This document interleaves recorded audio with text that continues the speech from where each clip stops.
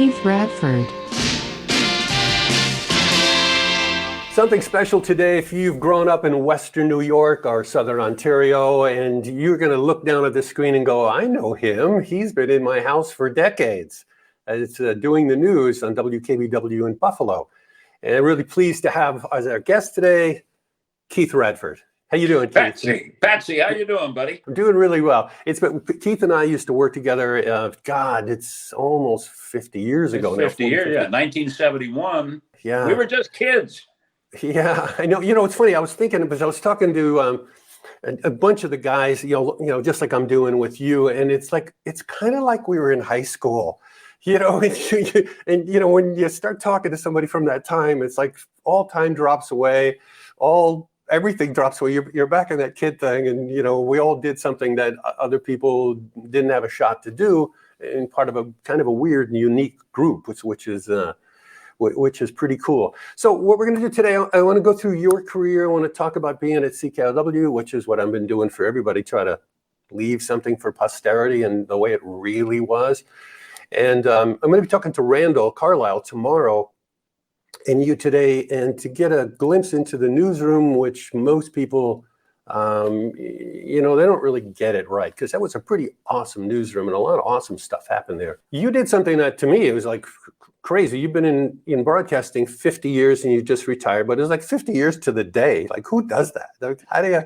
My contract was up, I think in December. And I said, you know what?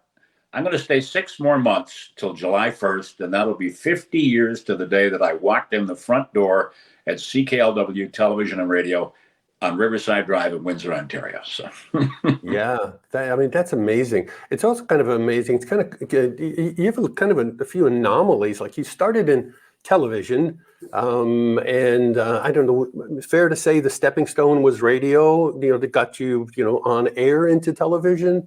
Well, I took whatever I could get. When I was a kid, I wanted to be a disc jockey, and I would sit in my bedroom there in Windsor, and I'd listen to Pat Holliday and Tom Shannon and Joe Van and Bud Davies and all those guys from the old CKLW days.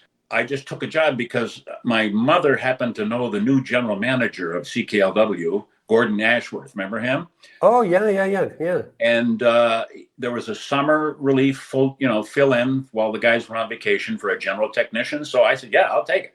But that only went for 6 months. And I did, studio camera, videotape, we were doing film back then, Master Control. We did Swingin' Time with Robin Seymour, Bozo the Clown, Bill Kennedy, had his movie show on Sunday afternoons. And then that ran out because the union said, hey, that's only summer relief. You can't stay. And Byron had an opening upstairs in radio news. Mm-hmm. And that's the only reason I ever got into news, because there was an opening and I took it. I didn't choose news, Wow, that's interesting. Yeah. And I was a board up. Yeah, you want to be a jock instead. Yeah, no, I remember when you started, doing all the opping and producing and things like that. If you can remember and fill in it a little bit, like a typical day would be, happen like what? Well, it was high energy, high energy. And I was a board op when I started, newsman assistant. And I was pretty worried, if you screwed something up, you were in trouble. Like during a live newscast, and the newsman would cue you to hit the tape. Mm-hmm. If you weren't right on, you were called in, and it didn't go well. So I was very nervous to make sure I didn't screw anything up. But it was just high energy, and I think at that time we had 24 people in the radio news department, which is astounding. Yeah, even back then, and nowadays, only NPR or PBS stations have newsrooms really in radio. Everything's automated. They get it from somewhere else. So yeah, it was go. And we covered, we covered Windsor because we were in Windsor. We covered Detroit. We had an office in the city county building over there. I worked out over there for a couple of years. I mean, we covered everything, and we got a lot of news on the phone. 254 CKLW in Windsor and 961 NEWS in Detroit. Those were the hotline numbers. Wow. Good for you for remember that. Yeah. Yeah, that in the a lot of the times, as I recall, like definitely the Patty Hearst one, people would call with amazing tips, and so the station was first on a ton of stuff because of that. Win $1,000 of the best news tip of the year and the best news tip of the week. Like Yeah, we gave up money every week and then a big $1,000 a year. I don't remember too much about the Patty Hearst one, but I do remember being there for the Kent State shootings in Ohio. And we had as you know, we had a huge audience in Ohio. Yeah. And someone called us and tipped us off that this shooting had happened, the National Guard at the university. And we broke the story at CK. Mm-hmm. Similar thing with the Patty Hearst thing. For those of you who maybe are young, don't remember Patty Hearst, she got kidnapped and was held for ransom by, I want to say the Black Panthers. Symbionese Liberation Army. Right. And she was in San Francisco, and nobody, if FBI, nobody could find her.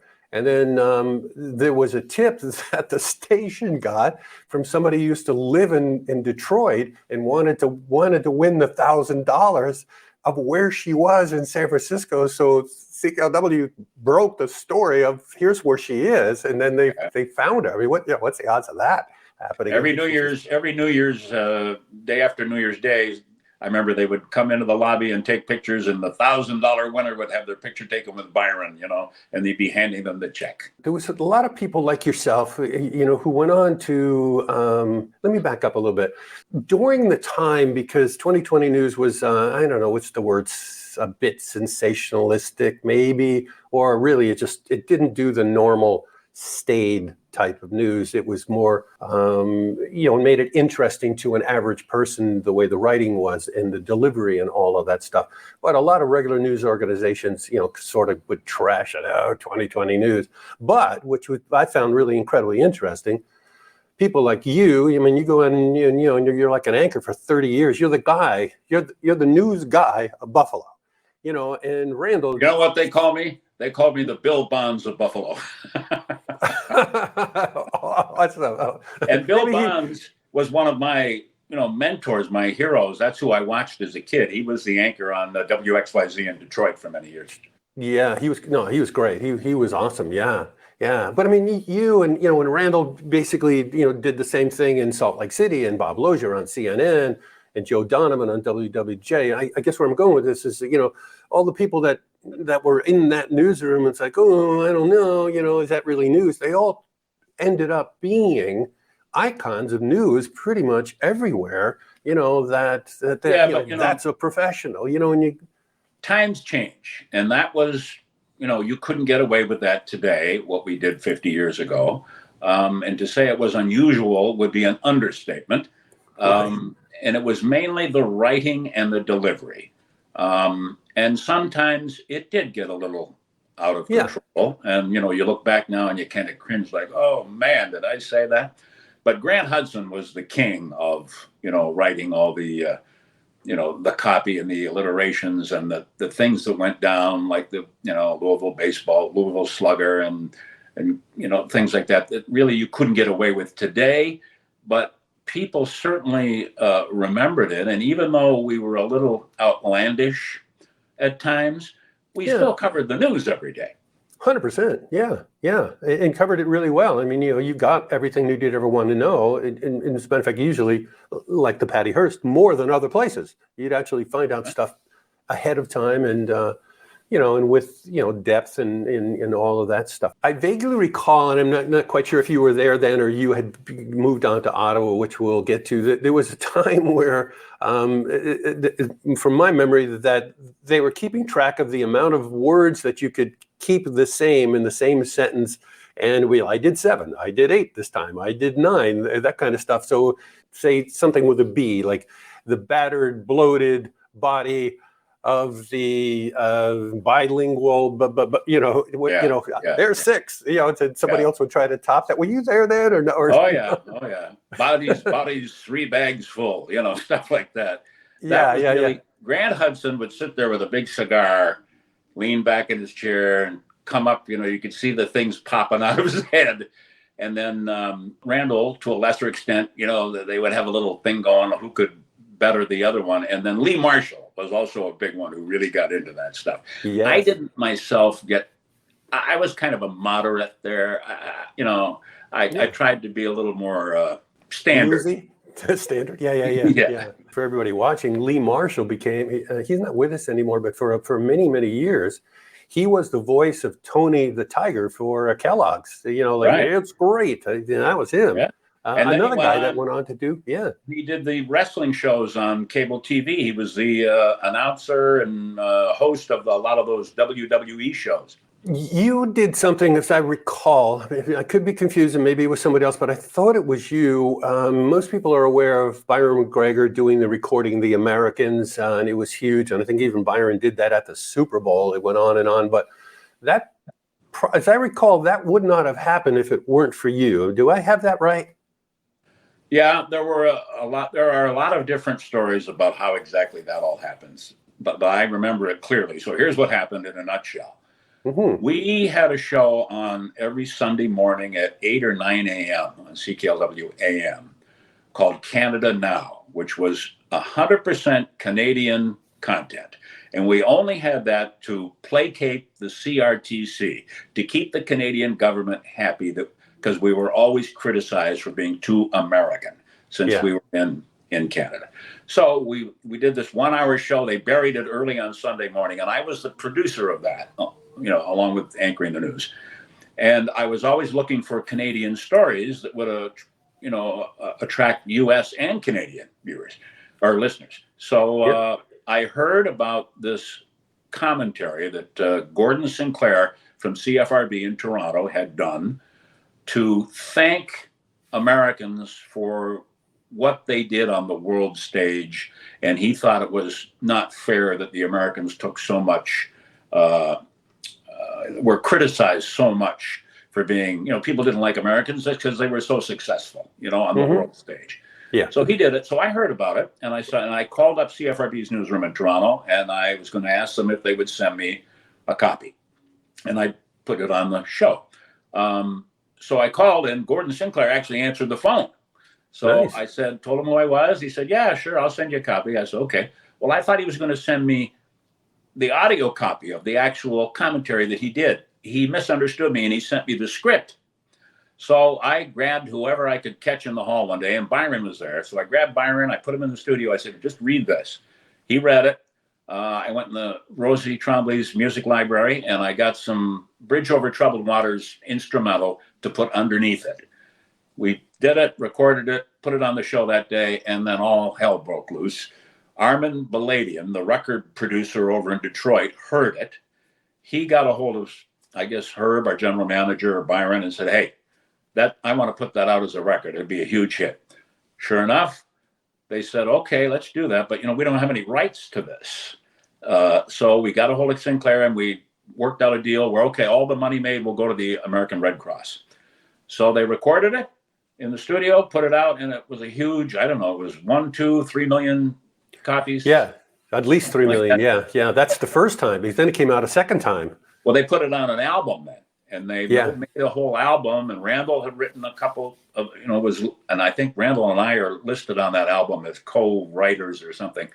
He put a whole album out. He was on To Tell the Truth. He was on all these national television shows. He and I flew to Dallas, Byron and myself, and he was going to do it halftime at one of the NFL games. It was the Cowboys, and I can't remember who they played. He did that.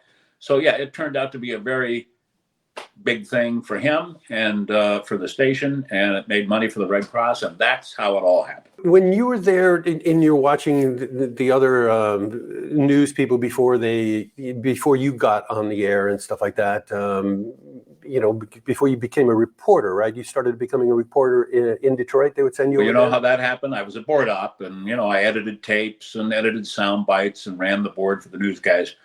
And then on Sunday mornings, it was very slow. And what was Fred Chenevy's on-air name? I can't remember. Mark O'Brien. Mark O'Brien. Yeah, he was my roommate. Yeah, Mark O'Brien. He was the news guy, and I was his op. And he said, "Come here." He'd give me some copy. Go in the booth and record this, and because I need stuff to fill up the show. I mean, there's nothing going on, so I would record some story from wherever. And he said, "But because of the union, AFTRA, I was in NABET, the technical union. You can't be on the air. So just make up a name. So so on the weekends, I would go on the air and read these stories, and I'd be, Scott Harrison, 2020 News, or, Clint Kincaid in Dayton, Ohio for 2020 News. And that's how I started getting a little bit on the air. And then finally, I wanted to be an on-air guy. And when John Bassett bought the station in Ottawa, and he sent Steve Madeley and Jimmy Jackson up there to run news and PD, he offered me a full-time job, and he took a couple other people, and we went up there, and that's when I was first on the air. Awesome, yeah, and you became an anchor, obviously, up there in Ottawa. How long were you in Ottawa? A couple of years? I was there 2 years, maybe, and then Dick Smythe called me from CHUM in Toronto and offered me a job, so I went to CHUM. And wow. I was doing the news on CHUM, and I was only there about 6 months, and McGregor heard me and offered me to come back on air at CK. So I took it because I went back home because that was one of the anomalies. I'm one of the few guys, maybe the only guy, who was actually born and raised in Windsor and ended up on CKAM. Most of the staff was American, or there were a few Canadians from some other markets, but I don't remember anyone else who was actually from Windsor in those days who was on CKLW. No, not on the air. No, there's definitely a lot of the internal staff and producers and other things for sure. But yeah. It's funny you mentioned that because you're in a newsroom that's staffed with heavily on air people that are American, and yet you end the career where you're you're in the opposite country. You're the Canadian in an American newsroom, in Buffalo. But I would assume you're dual citizen now. But in later years that became common. Like John Roberts on Fox News, he was a jock on CHUM. Ashley Banfield, she's from Canada. Peter Jennings, who I luckily knew and got to know, obviously was Canadian. All kinds of Canadians ended up on the air in the U.S. Because there was more opportunity. I mean, and you could get to bigger audiences and make more money and bigger markets. So that's what the attraction in the U.S. was. Yeah, no, 100%. And why wouldn't you take that? You would go where go where the opportunity is. Yeah. So you're at CKLW, and you're the assistant news director, as I recall, and then you became the news director. How did you make that transition to TV? Where did that sort of pop up? Well, I was 30 or 31 years old, I think, 30. Byron left and went to do the news over in Detroit on WKBD. Remember, they had a little 10 o'clock newscast at night. He went to TV. Well, is that Channel 50? Was that? 50. Yeah, Channel 50. Yeah. Mm-hmm. So I became news director, and after a few years, I thought, I'm making as much money as I'll ever make in radio, unless I go to network radio. Right. And I didn't think that was going to happen. So there's a lot more opportunity in television. I'm going to try it. And if it works, great. If it doesn't, I always go back to radio. So I got a job up in Barrie, Ontario, just north of Toronto, at CKVR, Channel 3. And I got a job as the anchor there, and I was there a couple of years. And then I got an offer from the Bassetts again to come to CTV, CFTO in Toronto. Yeah, the network. Yeah, I did that. And then Randall, thanks to Randall Carlisle, I did a tape when he was out at KUTV, the NBC station in Salt Lake City, and they hired me and got me a visa and got me into the U.S. And that, he's the one who really helped my career and got me into the United States. And I was 5 years in Salt Lake, and then I had an offer to go to Buffalo, which at that time, when I went to Buffalo, was market 31, I think. Now it's market 53. A lot of people in the Northeast left, Cincinnati, Cleveland, Detroit, Buffalo, Baltimore, those markets all dropped, and the South and Southeast markets, the Southwest, grew. So that was the difference. So, Buffalo was the 10th biggest market in the U.S. in 1950. Wow. Like I say, 53 now, so things changed. So, but Buffalo was great. It was a great place to be. When you moved to TV, probably in smaller markets, I would assume yes, but maybe in a bigger market like Buffalo, is it like being on radio where you're writing your own newscast and you're putting together your own newscast? Is it pretty much the same, other than the presentation part of it, or not? Is it, or do you got a bunch of producers doing a lot more people in the background who aren't on, producers, assistant producers. the news director, assistant news director, assignment desk, they line everything all up. I would get the scripts. I would write some of them myself, but it was impossible to write all of it every day. So, but then I had the final say on. I would rewrite, go through each script, and make whatever changes I wanted to make. But the majority of the show was written by someone else. Yeah. Right, but you then put it into kind of your own words, or the wording that would be most easy for you to do. Or in later years, I'd have to fix it. These young kids would give you a script, and I'd say, "Come here.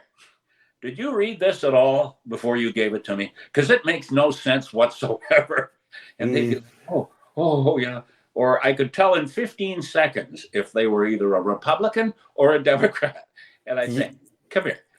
You can't say this. You've got to give both sides of the story. You can't just give, but you know what? In the end, I worked for Scripps, and they owned Channel 7 in Buffalo, and they had a program. They bring 4 Syracuse grads every year and put them up and train them. And that was one of the best things I did in my whole career, was helping these young kids starting in journalism and kind of mentoring them. That was really good. I really enjoyed that. On that topic, I was going to ask you around the end, but you sort of brought it up. Like right now, CNN is going, at least the way they describe it, they're going through a transition, moving people out and moving other people in to try to pull the network back to the middle. To be, I don't quite know where you are. I don't know if you're Republican or a Democrat. I just here's the facts. And all of that stuff.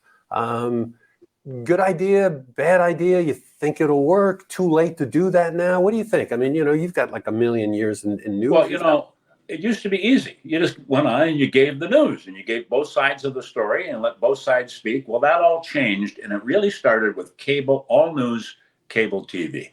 And then all of a sudden, the commentators started showing up. And after a while, you couldn't tell what was true and what was not true. And then after a while after that, they're so one-sided one way or the other. It's gotten to the point, unfortunately, that it's very difficult to find an authoritative, reliable source of news anymore. You've got to sit there, watch everything, and then in your own mind, sift out the stuff that's not true, if you can figure out what's not true. It's all changed. It's like night and day.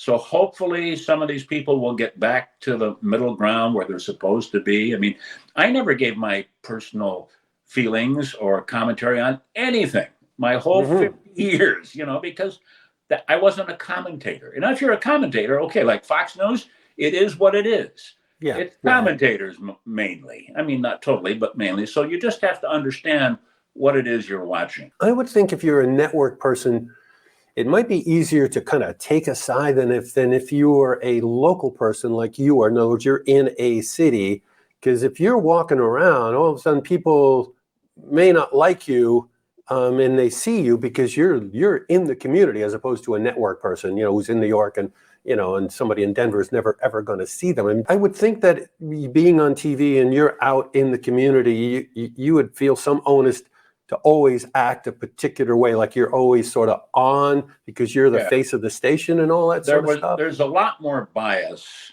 in the national media than there is in local media, at least in television. We didn't have the problems on the local level that I didn't, because there were some people who understood what the proper way to do it.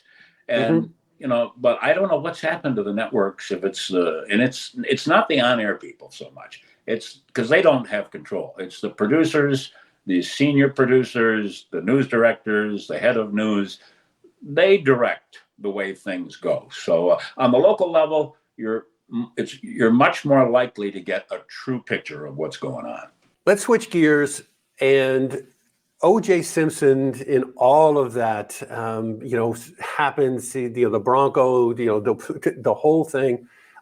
You're out there at the time by coincidence, or they immediately flew you out there because OJ was on the Bills and things? Well, here's what happened. Because I know you were really intertwined with that for a while. Here's what happened. I knew him. We knew him very well because he was a part owner of WKBW TV.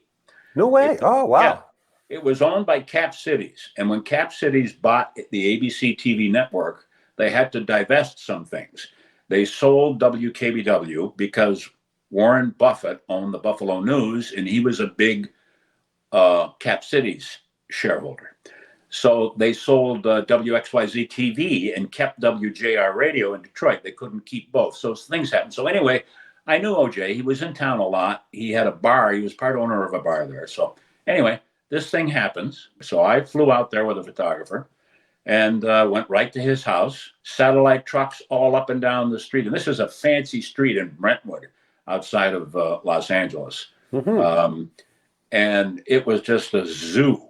Bill O'Reilly was there. At that time, he was the host of Inside Edition, and he'd anchor his show every night. And we'd be there. Kardashian would come out. He came out one day, and I gave him my card. I said, "Tell OJ I'm out here." OJ didn't come out. So I was doing all the live reports for ABC, all the ABC affiliates all over the country, because in those days, they didn't have their own, stringers. Anyway, we get called downtown, police headquarters, Parker Center. Okay, OJ's turned himself in. We're all sitting there, and the police commissioner says, he never showed up. He's a fugitive. So we all go running outside to get ready to go live. And then we look on the monitor, and there's a Bronco chase going on. And we went, what? And then they said, okay, ABC's coming to you right now. I said, well, what am I going to say? So anyway, I go on. I just kept talking for hours. And then they finally, he went home. They got him. And I could see, it was dark by then, and you could see all the helicopters coming downtown in the sky, following the motorcade.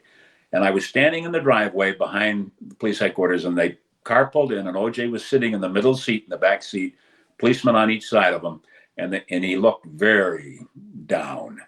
And they took him in, and you could see it was all glass. You could see them stand there, and they fingerprinted him. So I watched all that. Then they sent him to county jail. So I went live from there for a couple of days, and then I had to get back because I was an anchor. So when the trial started, I went out and I covered the first week of the trial, and then we sent someone else. So that's how that all happened, because he was such a part of Buffalo. The Buffalo Bills are the biggest thing that has ever been and ever will be in Western New York. If they ever lost that team, the whole psyche would go down the drain. So that's how big he was. Yeah. And they went to the Super Bowl a few times, as I Four. recall. Yeah. 4, yeah. In a row. I went to all of them, and we lost all of them.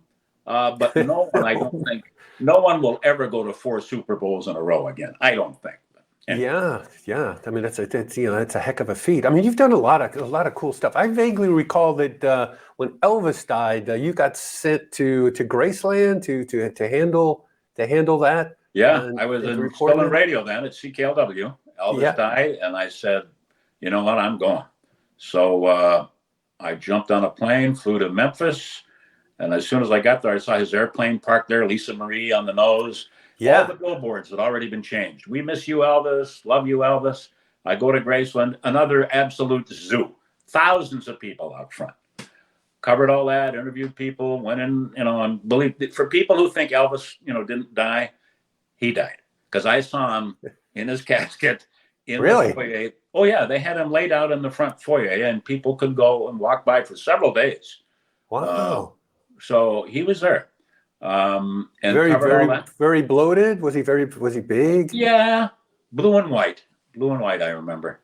And wearing blue and white, or not? Yeah. His skin? Well, his shirt and suit and everything. I can't remember what was blue, but it was blue and white. And then they took us out to the cemetery. They had a bus for the media, and I was standing, 10 feet from the hearse, and they pulled him out and took him in the mausoleum, and then a month later, they had to move him because some guys tried to steal his body. So they moved him out of there. They took his mother out of there. She was there already, and put them both in the backyard at Graceland. And then when Vernon, his father, died, they put him there too. So they're all there, and it's part of the whole Graceland thing. Yeah, we went there. Vivian and I, my wife, we went to Graceland. I don't know, maybe 10 years ago, somewhere in there. And it's a trip to it. It's funny. I wasn't really a super Elvis fan. I mean, I didn't not like the guy, but it was just like, okay, we happen to be in Nashville. We're close. Let's go to Memphis, see Graceland. That was probably the best tourist thing I've ever seen anywhere in the world. It was awesome. We spent the entire day there, but it was still packed, but not pandemonium like what you would have seen. They set his airplanes up across the street. That was a strip mall. They bought it, tore it down, and they set up the museum over there. Yeah. We went through the planes too. And that was a kind of like a time warp, walking back into like, whatever that was, 1971, 2, 3. 78, wasn't it? 78 when he died, I think. Something like that. Yeah. And it put the plastic on all of the, the sofas inside the plane. Yeah. It was But pretty cool. I was lucky that things would happen. There was always a Detroit or a Buffalo connection, and you just go. I remember like the night that Richard Nixon resigned.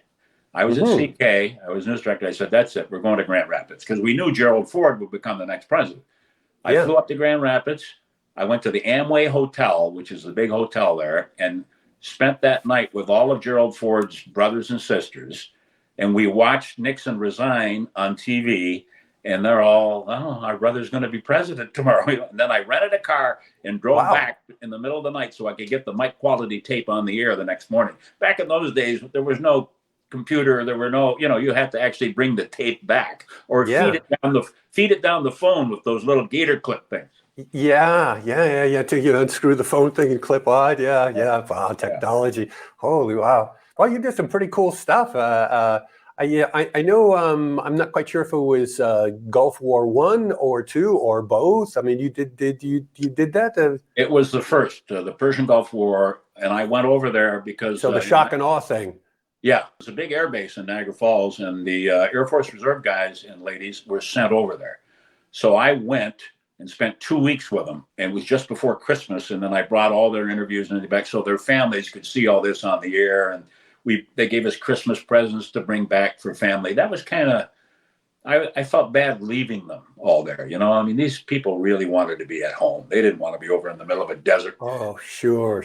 And it was Christmas, a week before Christmas. And, but I got to know a lot of those people. And I used to MC the military ball in Buffalo every year. And I used to always tell them, when I speak today, there's no higher honor than being a member of the American military.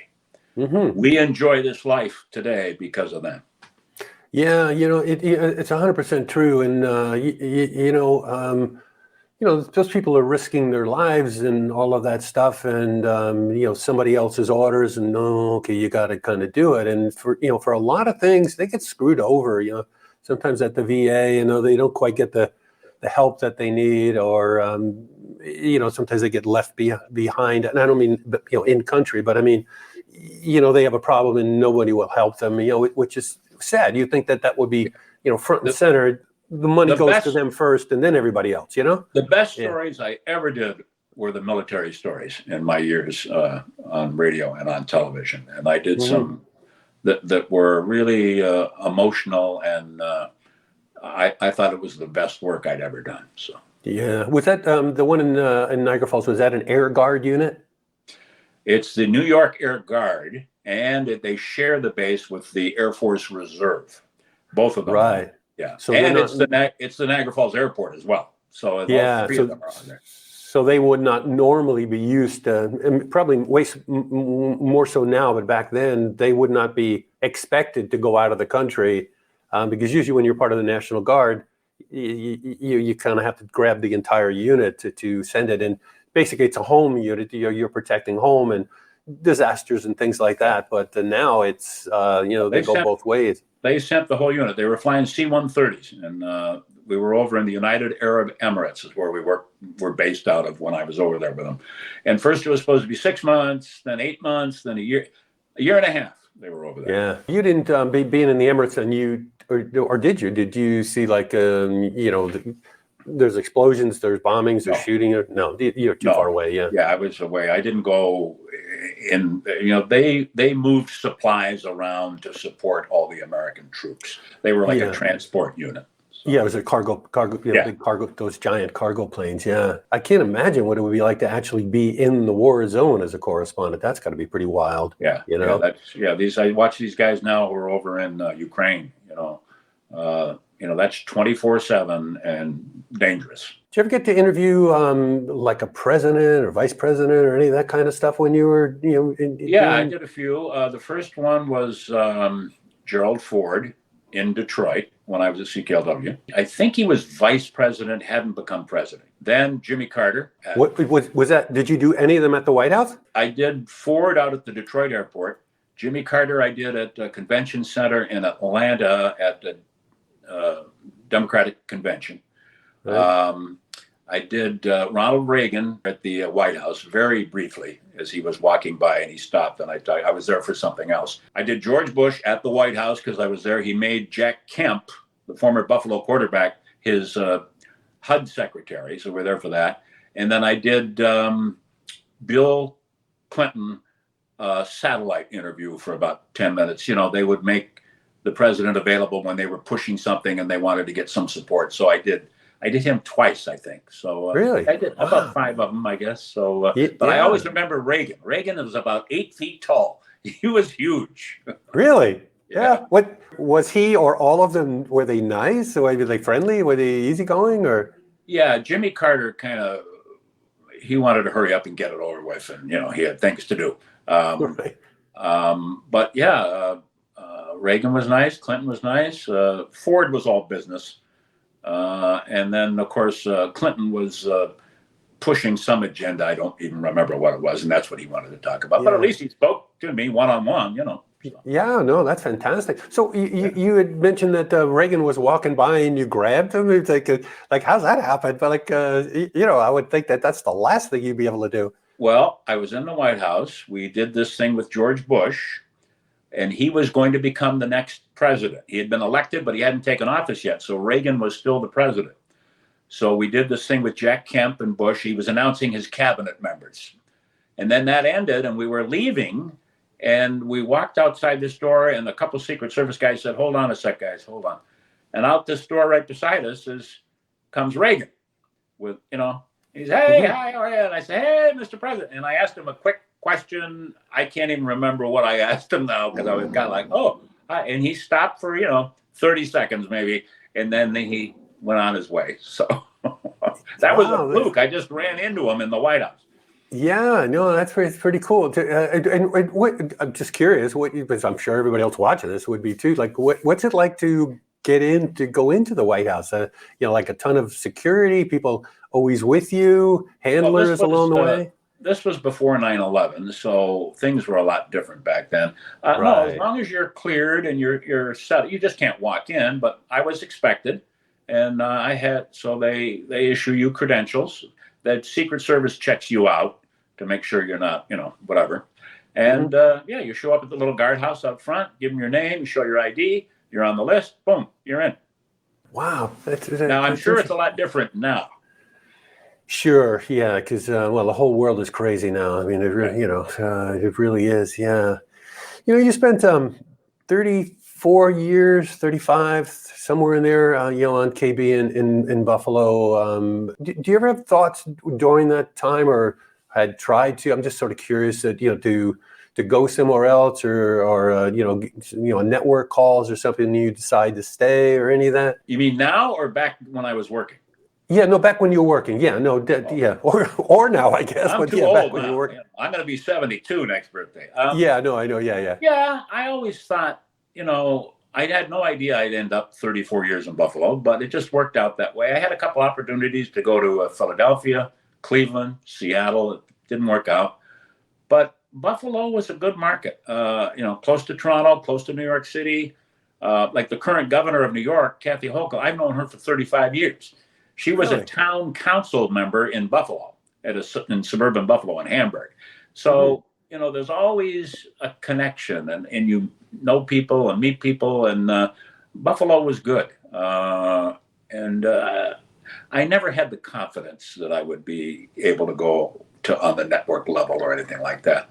I was a big fish in a small pond, because a lot of, you could go to Philadelphia, okay, market 4, but one screw up, one drop in the ratings, and you're out. Not like that in Buffalo. In Buffalo, there's a little more leeway. They're a little more patient. It was comfortable. It was good. It worked out well. That's the same thing for a lot of jocks. I know a bunch of jocks that, myself included, like, I want to get to New York, and and you're fighting. When you get there, it's like, you know what? This is not what I thought it was going to be. This is not what it's cracked up to be. I don't like it here, or whatever.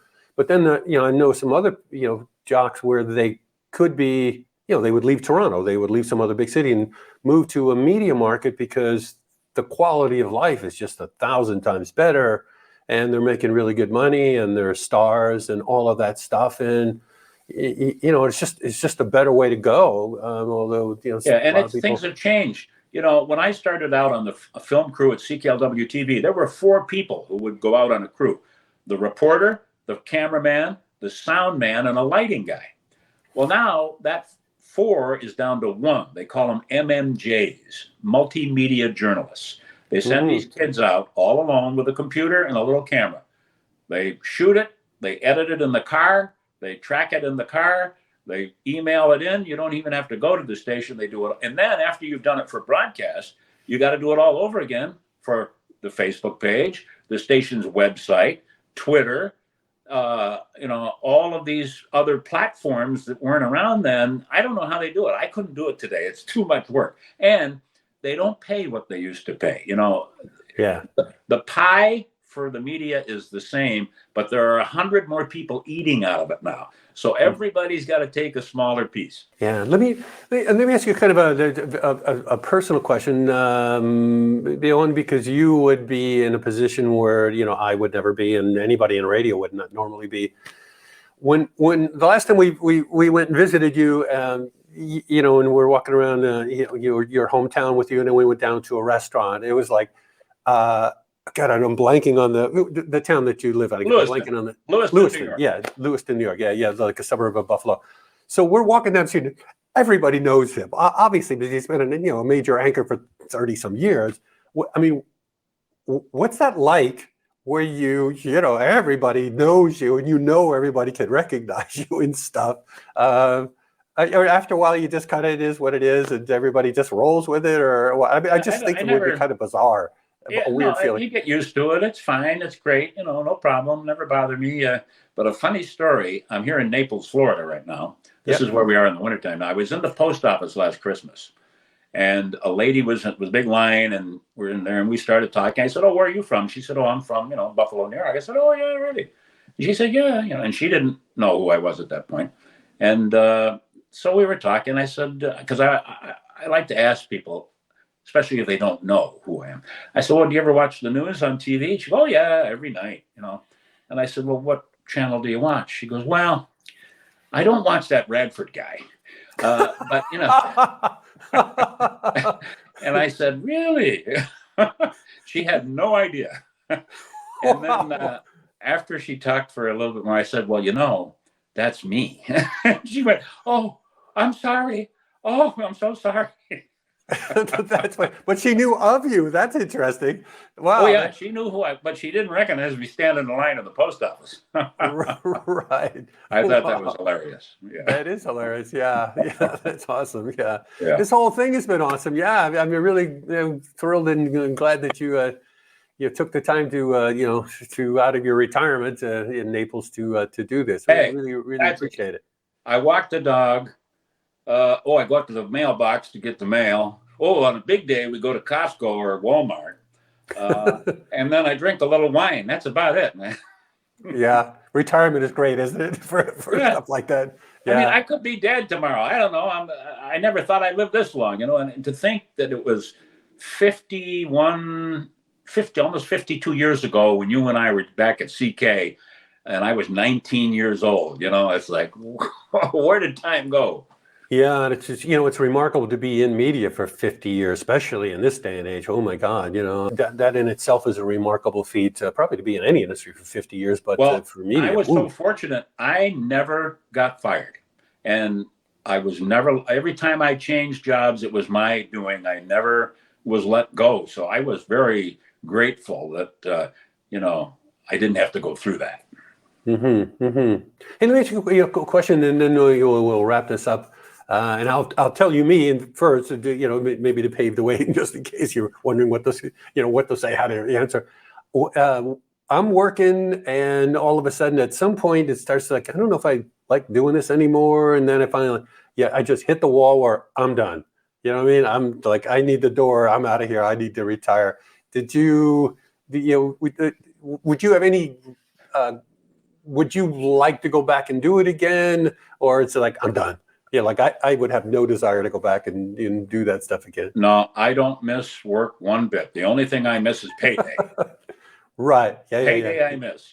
But the writing was on the wall. I'm one of the old timers. The young people were coming up and taking over, and they started doing things a little bit differently and more efficiently. And a lot of places don't want anchors so much anymore. They want, like the people who replaced me and my co-anchor at the time, they're reporters now. They have them out all day long reporting, and then they anchor a newscast at the end of their show. It's very difficult. I don't know how they do it, but that's kind of what I did, being a credible person behind a desk. They're trying to get away from that in a lot of places now. So the writing was on the wall. 50 years. I was going to be 70 years old. A couple months before my 70th birthday, I retired. I thought, maybe that's it. And it's 50 years. It'll work out. Goodbye. Yeah, and it's been a great 50 years, a great half a century, in the business, which is rare and remarkable. When I think of sitting in my little bedroom in Windsor, Ontario, when I was 14 years old, reading the ads out of the paper and listening to Tommy Shannon at night, bearskin rug music, and Terry Knight and those guys who used to be on, Scotty Regan. And I think, geez, I was just this little kid in Windsor, Ontario, not even in the U.S. And I'm so fortunate that I got to do what I did. And I was lucky, and I witnessed history in so many places. And I was right there. And then all the great people I got to work with, it really, I couldn't have asked for a better career, I don't think.